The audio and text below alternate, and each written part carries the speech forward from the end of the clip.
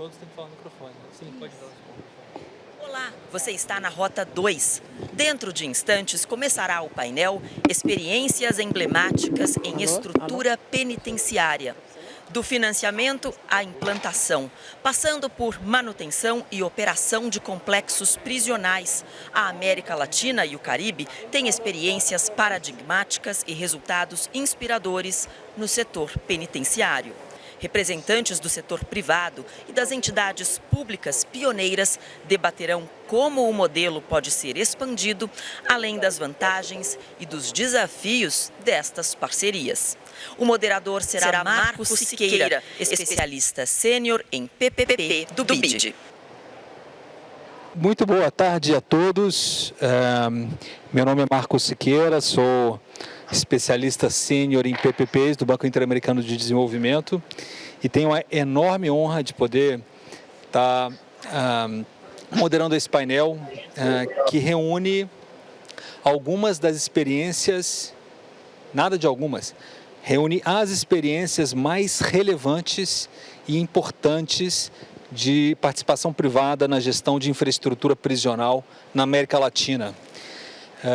A gente vai ter oportunidade durante os próximos 40 minutos de extrair desses nossos especialistas alguns dos temas mais importantes de lições do passado e a visão para o futuro.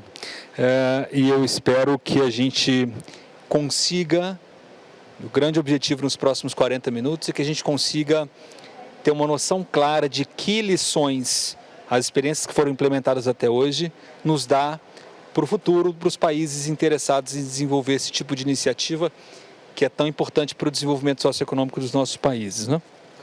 Esse pode funcionar. Esse funciona? Funciona. Excelente, obrigado. Obrigada. Antes da gente entrar de uma forma um pouco mais analítica nos temas, é um convite que eu quero fazer a vocês, a gente compreender o que tem dado certo e errado nessas experiências. Eu vou convidar os nossos participantes a uma breve apresentação e descrição do que é a experiência que cada um dos governos tem. Então, a gente tem uma experiência aqui relevante do governo de São Paulo, uma experiência relevante do governo de Minas Gerais, uma experiência relevante do Uruguai e um conjunto de iniciativas que o BNDES está apoiando para os governos de Santa Catarina e Rio Grande do Sul. Então, antes da gente entrar no ponto relevante mesmo da nossa conversa, eu vou fazer uma rodada e queria começar por você, Paula, descrevendo rapidamente para a gente o que é o projeto de participação privada de PPP no setor prisional em São Paulo, em que estágio está e quais são os principais pontos que você acha importante dividir. Tá certo, Marcos. Obrigada. Eu queria iniciar dando as boas-vindas aos meus colegas aqui no PPP Américas e agradecer o convite para participar dessa conversa tão bacana, dessa troca de experiências. O Estado de São Paulo, o objeto do nosso projeto é a construção, manutenção e operação de 3 complexos prisionais, sendo que cada complexo formado por 4 unidades, 3 no sistema fechado e uma no regime aberto. Tá? Ao final, nós vamos ter 10.500 vagas disponíveis para o sistema prisional do Estado de São Paulo. E considerando que hoje o déficit é de mais de 50 mil vagas, nós vamos estar contribuindo com 20% dessa demanda. O projeto será licitado em lotes e atualmente ele está aguardando a consulta pública, mas ele será licitado em lotes e o início da operação será também de forma faseada. Assim que a primeira unidade ficar pronta, ela já será ocupada, já será iniciada a operação, enquanto as demais unidades ainda estão em fase de construção. O nosso projeto é de 30 anos. Legal, Paula. Obrigado. O André Mourão, do governo de Minas Gerais. André, você quer descrever rapidamente o projeto de Minas Gerais, por favor? Podemos. Primeiro, boa tarde a todos, né? Agradecer o convite, Marcos, da assessoria de gestão de PPP, representando aqui o governo do estado, que você muito bem conhece esse projeto, então é um prazer para a gente estar participando aqui, compartilhando as experiências. É um projeto que todo mundo conhece, mas é importante contextualizar para estar todo mundo na mesma página. Foi um dos primeiros contratos de PPP prisional a serem assinados em 2009, né? Contemplando inicialmente com o escopo de 3.040 vagas em 5 unidades, né? 3 de regime fechado e 2 de regime semiaberto. Nós já caminhamos aí para o 11º termo aditivo contratual, em que nós estamos com 3 unidades em operação. A primeira entrou em operação em janeiro de 2013, a segunda em setembro de 2013 e essas duas primeiras de regime fechado e a última de regime semiaberto em junho de 2014. Né? Então, atualmente, a gente tem em operação 2.164 vagas e ainda faltam ser entregues mais 2 unidades, uma de regime fechado e uma de semiaberto, e com o aditivo de vagas que já foi realizado. Quando o complexo todo for entregue, nós vamos ter ofertando aí 3.800 vagas. Então, um projeto grande, em que ainda falta a entrega dessas 2 unidades e que contemplam aí um público específico de presos de regime do sexo masculino e presos condenados. Né? Então, esse é o escopo inicial para a gente começar a conversar. É um case muito interessante, a gente vai discuti-lo. Silvina, o Uruguai implementou um projeto bastante exitoso. Você quer descrevê-lo rapidamente para nós, por favor? Sim, muito obrigada. Bom dia a todos. É uma honra estar participando do evento. No Uruguai, nós implementamos um complexo penitenciário sob o regime de PPPs. E a parte privada faz o design, a construção, manutenção e provisão de equipamentos e também outros serviços conexos, limpeza, controle de pragas. Nós obtivemos a segurança e a saúde dos penitenciários e a reabilitação. O objetivo geral, o investimento foi de 100 milhões de dólares, com uma capacidade para 2.000 penitenciários e a área construída é de 42 mil metros quadrados com 15 unidades internas.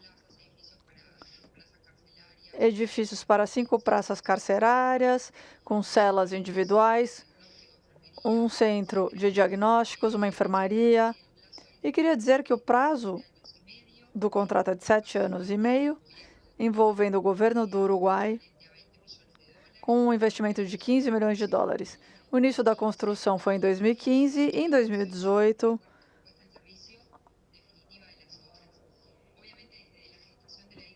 abrimos as portas definitivamente. Até hoje tivemos vários desafios, muita resistência, mas chegamos à conclusão que a realidade nos demonstrou que esse é um mecanismo adequado para que os ativos estejam de acordo com a infraestrutura penitenciária. Fizemos uma consulta internacional sobre ferramentas para esse projeto e também sobre os prazos envolvidos. Foram curtos, foi a primeira experiência do país, a primeira gestão de um recinto penitenciário no Uruguai e foi de muito sucesso. Levou a compra e venda de todas as ações. Isso aconteceu em outubro do ano passado, quando o Social Infrastructure Fund adquiriu 100% das ações. E queria dizer também que essa proposta uruguaia definitivamente foi uma transferência de conhecimentos e mostra a eficiência das ferramentas. Enfim, só uma descrição geral. Silvina, é de fato uma experiência muito interessante que a gente vai mergulhar daqui um segundo, mas antes disso, Robson, do BNDES, está liderando uma iniciativa importante em outros 2 estados brasileiros. Se você quiser, Robson, mencionar rapidamente o projeto, as características do projeto e o papel do BNDES, por favor. Claro. Primeiramente, cumprimentar os colegas panelistas aqui. Tive a oportunidade de conhecer já o André, pessoalmente, a Paula, trocamos algumas mensagens, então um prazer aqui estar com vocês. O BNDES ele atua, né, apoiando governos na estruturação de projetos PPPs e concessões há muito tempo, né, e mais recentemente a gente voltou a atuar fortemente na infraestrutura socioambiental, vamos chamar assim, por meio de uma política federal, né, do PPI, e estamos apoiando 2 estados hoje na construção de 2 complexos prisionais, Santa Catarina e Rio Grande do Sul. Em Santa Catarina, a gente está falando de um projeto de 4 unidades, 2 de regime fechado, uma do semiaberto e uma do provisório. totalizando quase 3 mil presos. No Rio Grande do Sul, estamos falando de um complexo com 2 unidades, cada uma com 600 presos no regime fechado, totalizando 1.200 presos, né? Em Santa Catarina, a gente está falando da cidade de Blumenau, no Rio Grande do Sul, cidade de Erechim. Os projetos, por estarem sendo estruturados praticamente par e passo, né? Eles estão mais ou menos no mesmo estágio. A gente está finalizando os estudos aqui para consulta pública, né? Finalizando mesmo nos ajustes finais dos documentos editalícios, né? Acho que cabe dizer aqui que o BID está participando desse projeto, apoiando tecnicamente, financeiramente a estruturação. Então, trouxe aqui um aporte de conhecimento do próprio BID e de consultoras que o BID trouxe consigo. E talvez um grande ponto importante desses 2 projetos, que compartilham semelhanças naturalmente por estarem sendo feitos juntos, é que a gente está trazendo um conceito de presídio de indústria, né, criado lá em Santa Catarina para esses 2 projetos. Então, são 2 projetos que em razão disso, têm características importantes do fornecimento, né, da disposição de trabalho para os presos, tanto na parte de engenharia, tanto na parte contratual, de incentivos para o concessionário e poder público. Então, de forma bem resumida, é isso, Marcos. Obrigado. Obrigado, Robson. De fato, essas experiências são muito importantes para a América Latina, mas o que elas me indicam de forma mais relevante é como que o instrumento de PPPs veio se diversificando, né? Há 20, 30 anos atrás, um instrumento que era quase exclusivamente utilizado para o sistema, para projetos de transporte, infraestrutura econômica, começam a se diversificar por vários países e a utilização de PPPs para implantação e gestão de infraestrutura prisional é um exemplo mais icônico dessa diversificação na América Latina, que é bastante próprio da nossa região. Acontece, entretanto, que esse processo de diversificação introduziu desafios, e com os desafios oportunidades, né, que são igualmente importantes. Quer dizer, se a gente quiser continuar expandindo o modelo, a gente precisa enfrentar esses desafios. E é sobre esses desafios que eu queria explorar com o painel. Basicamente, eu acredito que há 3 dimensões nos quais esses desafios se manifestam. O primeiro deles é que a estruturação de projetos implica na necessidade de modelos mais sofisticados de desenho de modelo de negócio. Segundo, que há temas associados à gestão do contrato que são particularmente relevantes para a infraestrutura social e ainda mais importantes para o sistema prisional. E terceiro e igualmente importante, mas não menos desnecessário, quer dizer, bastante relevante, é o tema de como que esses projetos mobilizam os níveis de recursos necessários para a sua construção. Ou seja, a bancabilidade de projetos de uma infraestrutura social e penitenciária precisam atender requisitos específicos. É sobre essas 3 dimensões que eu queria explorar com o nosso painel hoje. E vou começar com a Paula. Paula, a experiência de São Paulo de estruturação desse projeto implicou e levou o governo de São Paulo a tomar decisões importantes em termos de alocação de risco e de desenhos do modelo de negócio. Queria que você me dissesse quais desses mecanismos que vocês construíram, vocês acham os mais importantes e que são mais replicáveis para outros projetos na região. Claro. Então, Marcos, a gente sabe, né, o desafio que é a alocação de responsabilidades e de riscos nos projetos em geral, e não seria diferente nos projetos de presídios. Existem riscos e responsabilidades de fácil alocação. Por exemplo, a vigilância externa dos presídios será feita pelo poder concedente. Será uma vigilância armada, exercendo o seu poder de polícia, não há dúvidas quanto a isso. Da mesma maneira que ficou para a concessionária todas as atividades de apoio, de limpeza, de alimentação, de manutenção, mesmo as educacionais, né? Educacionais, saúde, trabalho, todos esses aspectos foram alocados para a concessionária. Eu queria destacar aqui o risco dos monitores de ressocialização, que são aqueles monitores que vão fazer toda a vigilância e a movimentação interna, que estarão no dia a dia dos presídios.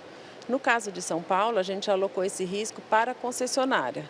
A concessionária, os funcionários dela que vão ser responsáveis para fazer toda essa gestão dentro do presídio. Eles não é uma gestão armada, né? E eles interagem tanto com os PPLs, que aqui a gente diz as pessoas, né, que foram privados de liberdade, como com o poder concedente. E como a gente fez para mitigar esse risco? A gente pegou 2 frentes. A primeira delas, que eu acho que é a mais bacana, é a utilização, uma forte utilização da tecnologia em favor do presídio. O que eu quero dizer com isso? Com a tecnologia, nós vamos mitigar o risco e aumentar a segurança do complexo. Então, no nosso modelo, todas as celas e todas as portas vão ter aberturas e fechamentos automáticas. Vamos ter um sistema de monitoramento de televisão. Todos os PPLs vão transitar pelo complexo com a sua biometria. Então, a gente vai saber exatamente onde eles estão em todos os momentos. Além dos scanners corporais, né, que já são utilizados na fase da revista. Com isso, a gente pretende aumentar a segurança e diminuir muito essa interação dos monitores de ressocialização com os PPLs. Porque no final do dia, por exemplo, os monitores de ressocialização, eles são responsáveis para fazer a revista dentro da cela. Se o presidiário se negar, a gente vai ter que chamar o poder concedente, porque é ele que vai se utilizar da força. Então, quantos mais mecanismos a gente usar para evitar esses conflitos, melhor para o projeto em si. E aproveitando, queria dizer também que a utilização da tecnologia vai ser muito importante também na ressocialização dos presos. A gente planejou colocar totens dentro do complexo, onde o próprio PPL vai poder acompanhar o seu caso na justiça, como está o seu processo, ele vai poder escolher as vagas da educação oferecida, ele vai poder marcar as suas consultas médicas, dando a ele uma maior autonomia. E a nossa estruturação, nós começamos a pensar lá em 2019, antes da pandemia. E a gente já previa salas de videoconferência para que os detentos pudessem ter uma maior interação com as suas famílias, que a gente acha esse aspecto muito importante para a ressocialização dos presos. E um outro aspecto que eu queria destacar, que no nosso CAPEX, né, porque o uso intensivo da tecnologia, no CAPEX do projeto corresponde mais ou menos a 25%. 25% do CAPEX é de tecnologia. É um valor alto e teve um efeito muito bacana no OPEX, porque no momento que o CAPEX está bem carregado, a gente viu que a gente reduziu muito o OPEX, porque o número de funcionários é muito menor. E a gente acredita que ao longo do tempo, isso vai ser um ganho muito grande para o projeto, até para o velho Farmani do projeto, porque é muito melhor a gente ter a tecnologia do que o custo dos funcionários. Né? Sem dúvida. Se eu puder te fazer uma pergunta, vocês trataram de alguma forma o risco de sobrepopulação do projeto? Como que isso é operado dentro do contrato? Não haveria. A gente está considerando que vão ser 3.500 vagas e vão haver 3.500 detentos lá dentro do complexo. Essa escolha do governo de São Paulo de que a segurança interna seja, ainda que com alto nível de tecnologia, mas seja responsabilidade do privado, é uma decisão estrutural importante, mas que introduz uma série de temas associados à supervisão do contrato, né? Sim, sim. Como que o governo vai garantir que o que está acontecendo dentro do contrato atenda aos requisitos da política pública. Isso é uma verdade para qualquer contrato, né? Mas para esse caso é especialmente relevante porque a gente está falando de vidas humanas. Mas a gente está considerando que os monitores, que vão ter os monitores públicos, eles vão estar, sim, fiscalizando o trabalho dos monitores privados, entendeu? E aí, um outro aspecto que a gente colocou no nosso projeto foi da documentação.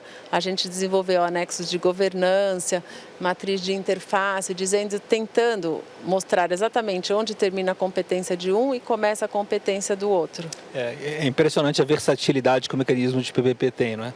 Na medida em que oferece essas soluções. Mas eu queria com essa você deixou o mote aqui para passar a bola para o André, que portanto, essa supervisão passa a ser, portanto, absolutamente importante, né? Mais do que para projetos e outros setores.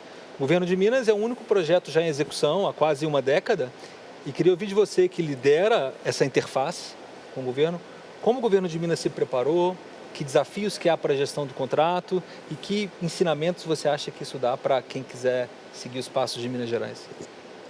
Esse é um ponto bem interessante, Marcos, porque ao longo do tempo, após a assinatura do contrato, né, o governo do estado identificou a necessidade de uma política de governança e estruturar uma equipe, né? Começou de forma ainda bem embrionária, com basicamente um gestor e um fiscal de contrato. E ainda que o nosso contrato preveja a figura do verificador independente, né, para fazer aferição, a gente tem um robusto sistema de mensuração de desempenho e disponibilidade que é bem discutido e é um case muito interessante para todo mundo. A gente já recebeu a Paulo, Estado de São Paulo, conversa muito com o Robson, Santa Catarina, Rio Grande do Sul. E, inclusive, a gente está usando isso para revisitar esse sistema. Mas respondendo primeiramente a sua pergunta, a gente precisou estruturar ao longo do tempo a nossa equipe, porque a gente identificou que não só o verificador independente fazendo as verificações em loco dos indicadores e recebendo as evidências da concessionária e verificando, também é muito importante a estruturação de uma equipe interdisciplinar. Então, hoje em dia, a nossa assessoria ela é composta por 3 núcleos. Um núcleo de gestão, que faz a fiscalização do contrato do verificador e o tratamento dos indicadores de desempenho. O núcleo de pesquisa e desenvolvimento, que foi o último a ser estruturado, mas a proposta é bem inteligente, que é justamente receber as demandas da concessionária, propor novas soluções, desafios, interpretações contratuais, revisitar, né, fazer o famoso cleaning contratual ao longo do tempo, receber demandas de reequilíbrio e tratar, fazer interlocução com a assessoria jurídica da Secretaria e com a Advocacia Geral do Estado. E o mais importante que a gente sempre fala que é um núcleo de fiscalização, que são realmente ali servidores efetivos em campo, das mais diversas áreas, temos policiais penais, enfermeiros, engenheiro, economista, que a gente está ali no dia a dia, em loco, fazendo a verificação do cumprimento da execução contratual, que nem sempre é refletido nos indicadores de desempenho, né? A gente recebe o número cru, tem ali o verificador independente com o relatório, a nota dele é sobreposta, né, sobre a aferição do poder concedente da concessionária, mas a gente identificou a necessidade e viu como isso é producente de ter um servidor ali em campo. Além do olhar que é de competência do diretor-geral do complexo, né? Nós temos a figura do diretor... Que é público, não é? Que é público, né? Nós temos o geral, que é público, os subdiretores, que atualmente em 3 unidades, que respondem pelo poder de polícia, né? Pelas atividades que a Paula comentou, que a gente não pode delegar até por força de lei, até depois da assinatura do nosso contrato, que alterou a lei de execução penal. Conselho disciplinar, a comissão técnica de classificação, as intervenções, né? Mas ficaria muito carregado para esse servidor, para o diretor público. Então, hoje a gente tem uma equipe técnica bem robusta, interdisciplinar, que consegue passar por todos esses olhares e dar efetiva fiscalização ao cumprimento contratual, que é bem complicado. E aí a gente passa por vários desafios que a gente vem enfrentando e compartilhando, que é revisitar esse sistema de mensuração de desempenho, que a gente viu que tem muitos indicadores de meio, e a gente precisa revisitar para ter efetividade. Tem alguns que são muito pertinentes, outros nem tanto, não funcionam. A gente tem um núcleo ali que é um índice de desempenho, que são para as atividades de execução do preso ali mesmo, né? As assistenciais, de segurança, entre outras. E a gente precisa revisitar isso tudo. Inclusive, a gente está com um grupo de trabalho para ser instituído, que a gente está chamando todas as áreas para conversar. Secretaria de Infraestrutura, que é o órgão central de PPP hoje, a concessionária, o verificador independente, está ouvindo todos esses estados que a gente está recebendo, compartilhando experiências para a gente não só compartilhar as nossas experiências, mas também receber tudo que tudo está sendo estudado, né? Porque no início do contrato, quando ele foi assinado, a gente tinha poucas cabeças pensando, né? Hoje em dia a gente tem muitas cabeças pensando e a gente está utilizando isso para melhorar o contrato. Isso é incrível, André. Mas se você tivesse que dar uma recomendação, tentando extrair o mais importante, para algum país da América Latina interessado a fazer um projeto com a experiência de Minas, que recomendação você daria? Então, eu falo muito e a gente compartilha muito com esses estados que a gente está recebendo, que é utilizar a nossa experiência dos indicadores de desempenho para indicadores de fim, em que realmente vão atender a política pública e olhar com bastante carinho para a solução de conflitos contratual, né? Que a gente tinha uma solução de conflitos ainda precária. Hoje em dia a gente já tem legislações novas de dispute board com olhar de prevenção e não só conflito, litígio e corretivas. Acho que são 2 ações bem importantes. Construir bons indicadores de fim e de gestão de conflitos. São Paulo tem verificador independente também, não tem? Sim, tem E a nota dele é final ou ela pode ser glosada pelo poder concedente? Sempre pode, né? Mas a intenção é que a nota do verificador independente realmente seja firme, seja forte e atenda ao contrato. E no nosso caso, só complementando, a gente criou um sistema de 10 áreas de indicadores, saúde, educação, 2 ou 3 indicadores em cada área, né, que podem reduzir em até 20% o valor da contraprestação, e criamos um bônus de resultado, que são indicadores que não estão na mão do concessionário e que ele pode ganhar um a mais na sua contraprestação. Um exemplo seria assim, ele consegue que os detentos façam cursos técnicos e depois essas mesmas pessoas vão lá e prestam, vamos dizer, o Enem.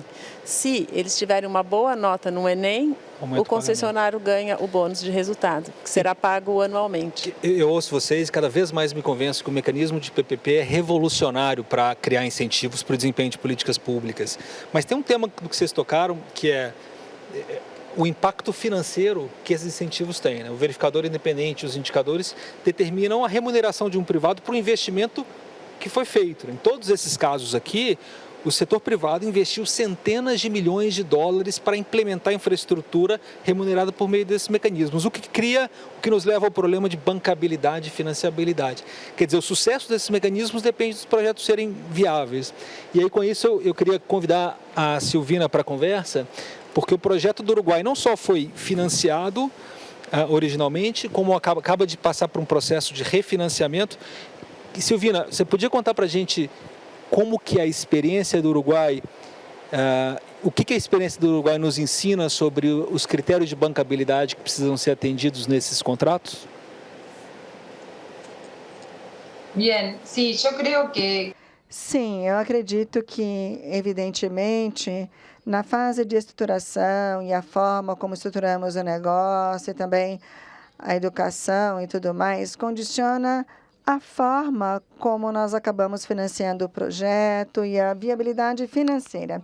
No caso específico do Uruguai, eu gostaria de comentar e apresentar 2 aspectos que foram chave. O primeiro deles tem a ver com a forma de indexação do projeto.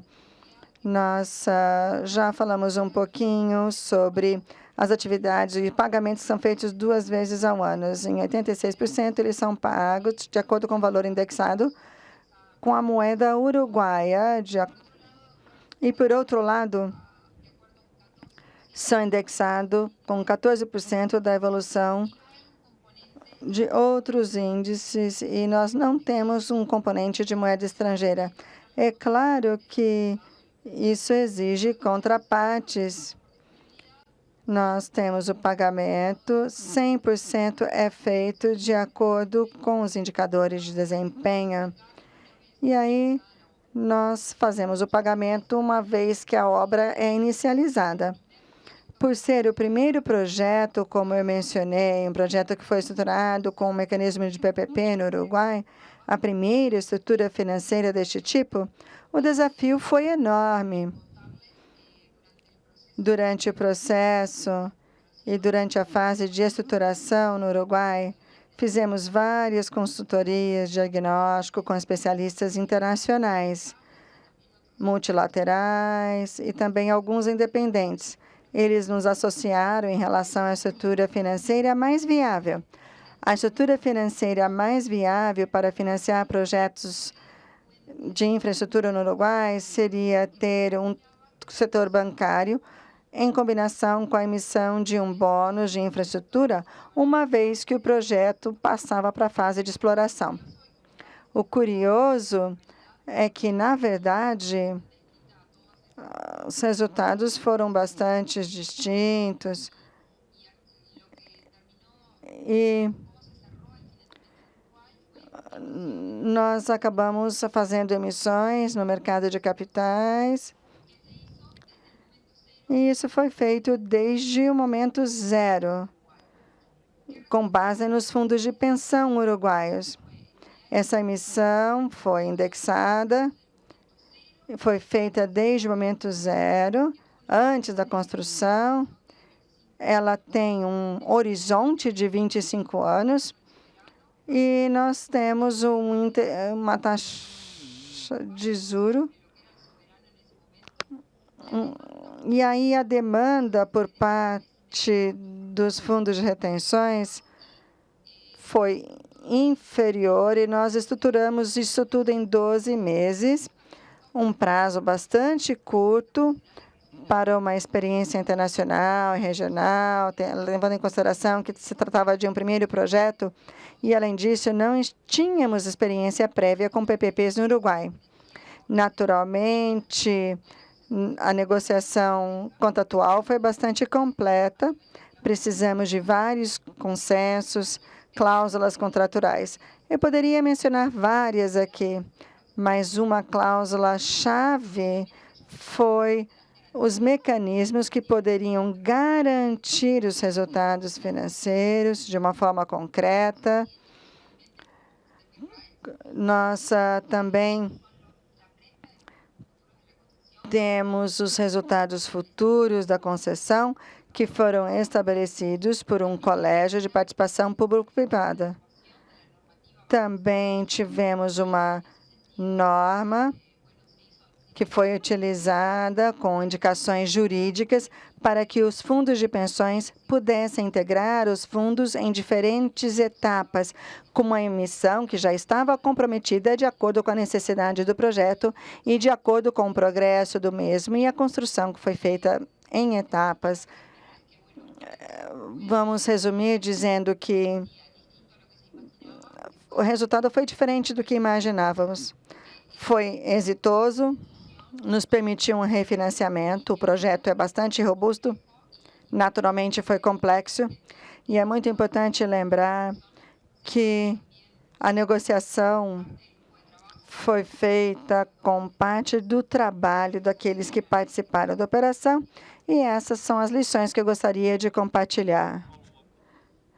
O primeiro trabalho que vocês fazem no Uruguai é um case para toda a região, se não para o mundo. Eu sou fã incondicional do trabalho que vocês têm feito.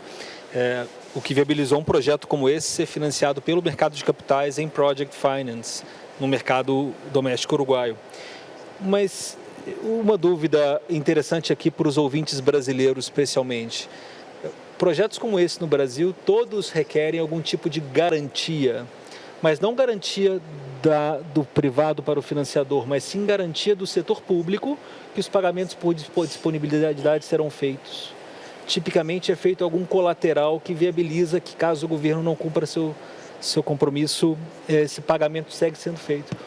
O governo uruguaio fez algum tipo de garantia para cumprir os seus pagamentos ou só o compromisso contratual foi suficiente para que o mercado de capitais pudesse financiar o projeto?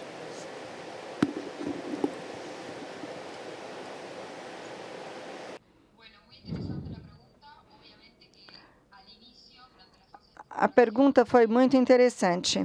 Na fase de estruturação, nós tínhamos certos investidores que consultavam sobre a importância do projeto, mas, na verdade, nós observamos que isso não foi necessário. Os investidores confiaram no governo uruguaio. A única garantia, como você disse, era o próprio contrato. E é claro que os fundos se integram a um projeto que já estava no parlamento. E isso é feito através de prestação de contas. Mas esse foi o único compromisso por trás disso. E ele foi suficiente para os investidores, não apenas no início, mas também para os investidores que entraram no ano passado. Este fundo de investimento de Aberdeen e também uma outra empresa que participaram 100% do projeto. De técnica que levou à estruturação do projeto. Seria impossível pensar um financiamento desse tipo se o contrato não tivesse muito bem desenhado.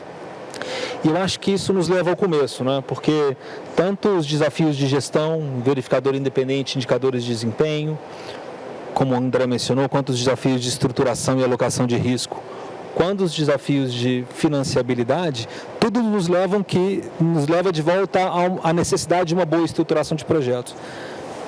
Essas experiências sensacionais de êxito indicam que o sucesso dependerá de projetos bem estruturados.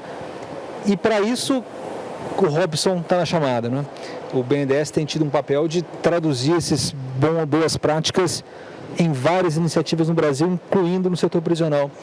Eu queria, Robson, que você pudesse comentar conosco como o BNDES tem se dedicado para essa estruturação e se pudesse, ao longo da sua resposta, indicar como os problemas que surgiram aqui estão sendo enfrentados, especialmente divisão de responsabilidades, indicadores de desempenho e critérios de bancabilidade estão sendo tratados nos projetos que vocês estão desenvolvendo para o Rio Grande do Sul e Santa Catarina. Perfeito, Marcos. Enfim, eu acho que uma coisa que o banco tem de bom aqui, a gente está atuando em diversos setores ao mesmo tempo, né? E ter acesso às pessoas que já passaram pelas dificuldades antes da gente. Então, acho que o que a gente está incluindo aqui nos projetos, né, para endereçar essas coisas que foram colocadas, tem muito a ver com tentar aprender com o passado, né? E aí surge uma primeira dificuldade, né? Temos um exemplo no Brasil de prisional, e isso tem algumas repercussões, né? Por exemplo, tem poucos consultores no Brasil que tem essa expertise, né? O banco não tinha. E aí, pensando na delegação de atividades, que acho que é o grande debate que houve desde o início até o fim aqui, o que a gente pode delegar e o que não pode delegar, né? Apesar de a gente ter um modelo funcionando hoje, né, que já venceu algumas barreiras, né, já foi questionado juridicamente, venceu tudo, é um exemplo, né? E aí sempre resta as dúvidas, tanto das equipes técnicas que vão depois tocar esse contrato, né, quanto das equipes jurídicas, né, que tem, né, algum receio de algumas decisões, se algumas decisões sejam tomadas, sejam desfeitas, né, pelo judiciário ou tribunais de contas. Acho que a forma de fazer isso foi, de fato, nos aproximar muito das equipes técnicas de administração prisional. Então, tanto no estado do Rio Grande do Sul quanto de Santa Catarina, a gente teve que fazer um trabalho realmente de imersão por diversos dias aqui inteiros, entendendo a realidade deles, explicando para eles o que é uma PPP, quais são os, né, quais os caminhos que existem e possíveis para que a gente consiga endereçar essa questão da delegação de funções. Nesse meio do caminho, a gente teve que acionar também o Ministério da Justiça, no DEPEN. O DEPEN se posicionou sobre isso formalmente, né? E eu acho que a gente conseguiu chegar num modelo aqui muito parecido com o de Minas Gerais, né? Enfim, mas que deu conforto em relação à delegação de funções.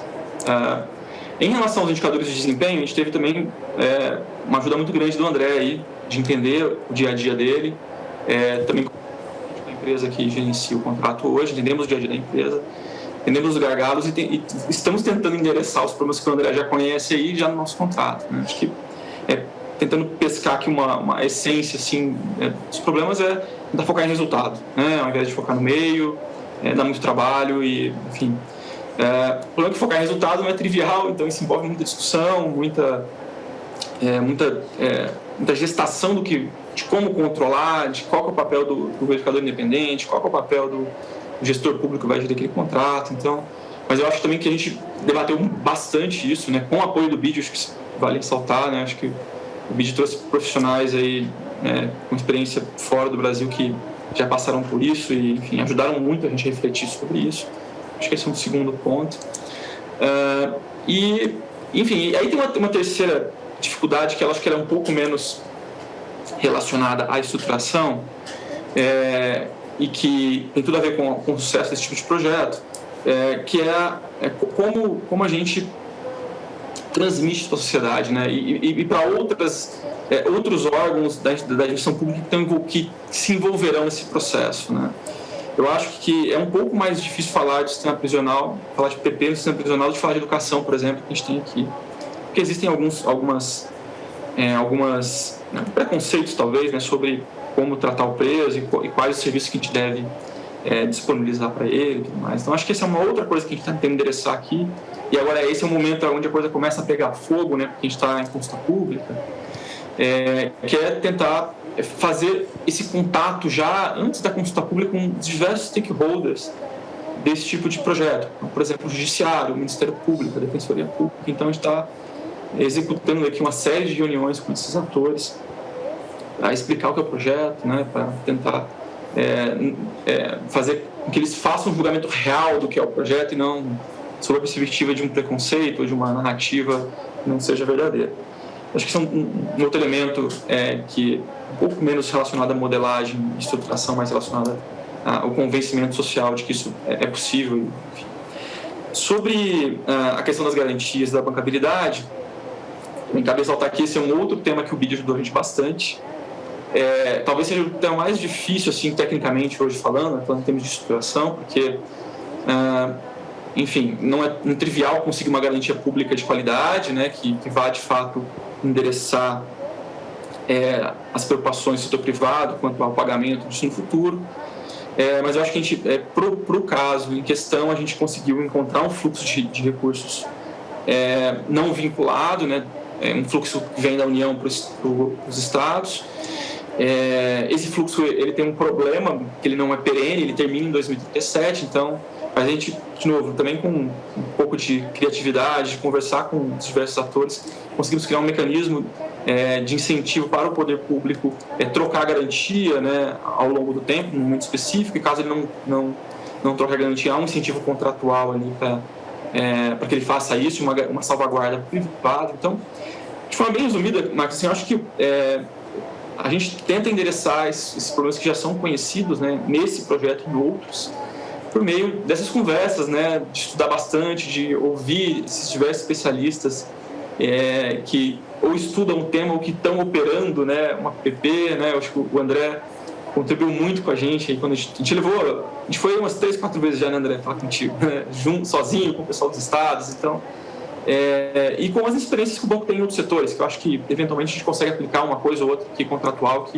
que evita um problema grande lá na frente, né? Então a gente sabe que pensar muito bem agora como a gente vai criar esses incentivos evita problemas relevantes lá na frente. Então acho que esse papel que o BNDES tem um pouco de hub, né, de projetos, de instituições, tanto públicas quanto privadas, nos permite criar um ambiente onde a gente possa trocar ideia, discutir, colher experiências, estudar de forma mais profunda alguns assuntos e pegar soluções que funcionam em saneamento, trazer para o presídio, funções que não funcionam em presídio, evitar que a gente tenha aqui. Então, acho que é um pouco desse papel do banco nessa agenda, não só nessa agenda, mas as outras que a gente tá tendo aqui também. Uma coisa que você mencionou e que eu acho super importante é o esforço que vocês fizeram de interação com o dono da política pública. Quer dizer, o BNDES não é quem implementa a política pública prisional no Brasil. Você tem o DEPEN, o Ministério da Justiça e as secretarias estaduais. Você achou que essa interação foi importante para o sucesso dos projetos? Assim, eu acho que ela está sendo importante, né, para a gente conseguir chegar até onde a gente chegou. A gente tem um tempinho ainda para que é um sucesso, mas eu acho que é essencial. É essencial, pelo que eu falei, né, eu acho que como tem poucos projetos no Brasil, quem de fato entende da operação prisional, acho que a gente consegue muito. A gente tem conhecimento aqui já acumulado de engenharia, de financeiro, de jurídico, mas da operação prisional, ele está hoje no DEPEN nas secretarias estaduais. Então, foi essencial para a gente conseguir construir um modelo que fizesse sentido, não só para a operação, mas também para os indicadores de desempenho, né, para o mecanismo de pagamentos. Então, isso foi essencial. Assim. E muito rico para a gente de conviver assim, por tanto tempo com essas pessoas que tocam essa atividade tão importante, né, para a sociedade brasileira enfim. E acho também importante para eles, é uma troca mesmo, porque é uma regra que enfim, exceto Minas Gerais, que já tem esse projeto rodando há um tempo, as PPs não são do dia a dia desses profissionais, eles não conhecem, não precisam entender o que é isso. Então, quando chega lá a estourar, vamos fazer a PP, as pessoas tomam um susto, né? Porque, enfim, o dia a dia delas não impede que elas entendam sobre isso. Então, essa troca direta nos faz também poder transmitir a informação do que é o PP para as pessoas, como é que funciona, né? Por que é importante controlar por resultado e não por meio. Então, essa troca ela foi essencial para a gente construir um projeto que fizesse sentido aí, tanto para os tesouros estaduais, quanto para os secretários de administração penitenciária, secretários de parceria. Então, essa troca foi essencial assim, para a gente chegar onde a gente chegou até o momento. E que você chama a atenção, Robson, me recorda um aspecto fundamental do que significa um contrato de PPP. Né? Não é um projeto de investimento, a gente está falando de um instrumento de implementação de política pública. Portanto, se o projeto não estiver alinhado aos desenhistas da política pública, ele vai fracassar, ainda que ele seja bancável, ainda que ele seja viável, ainda que a taxa de retorno seja excelente e que a garantia funcione. Se ele não estiver alinhado com a política pública, ele não cumpre seus objetivos. Mas acho que todas essas experiências revelam com uma clareza para mim que é cristalina, é como que o instrumento de PPP ele tem potencialmente um impacto transformador, né? A capacidade de gerar valor por dinheiro do investimento público para melhorar serviços sociais é algo novo que o mecanismo de PPP propõe uma solução que não existia antes. E quando eu vejo a experiência de vocês, pessoas tão qualificadas liderando essa quantidade de iniciativas, eu saio com um sentimento de otimismo, porque o futuro não só do Brasil, da América Latina, dependerá de que as nossas instituições, ou melhor, de que os nossos serviços baseados de infraestrutura ofereçam serviços de melhor qualidade, mais eficientes. E se a gente consegue transformar uma infraestrutura que por tanto tempo foi deixada de escanteio como infraestrutura e serviços prisionais e trazer a qualidade que a participação privada pode oferecer para esse tipo de infraestrutura, a gente abre o caminho para que esse mecanismo possa revolucionar a maneira como a gente presta serviços sociais para a sociedade como um todo, portanto melhorando vidas. Então, eu fico muito feliz de ter pessoas como vocês liderando esse esforço que vai transformar o Brasil e o resto da região nos próximos anos. Com isso, eu agradeço a presença de todos e seguiremos em contato. Obrigada a todos. Obrigado a todos, boa tarde. Boa tarde. Muchas gracias a todos e foi um prazer participar. Muito obrigada, foi um prazer participar.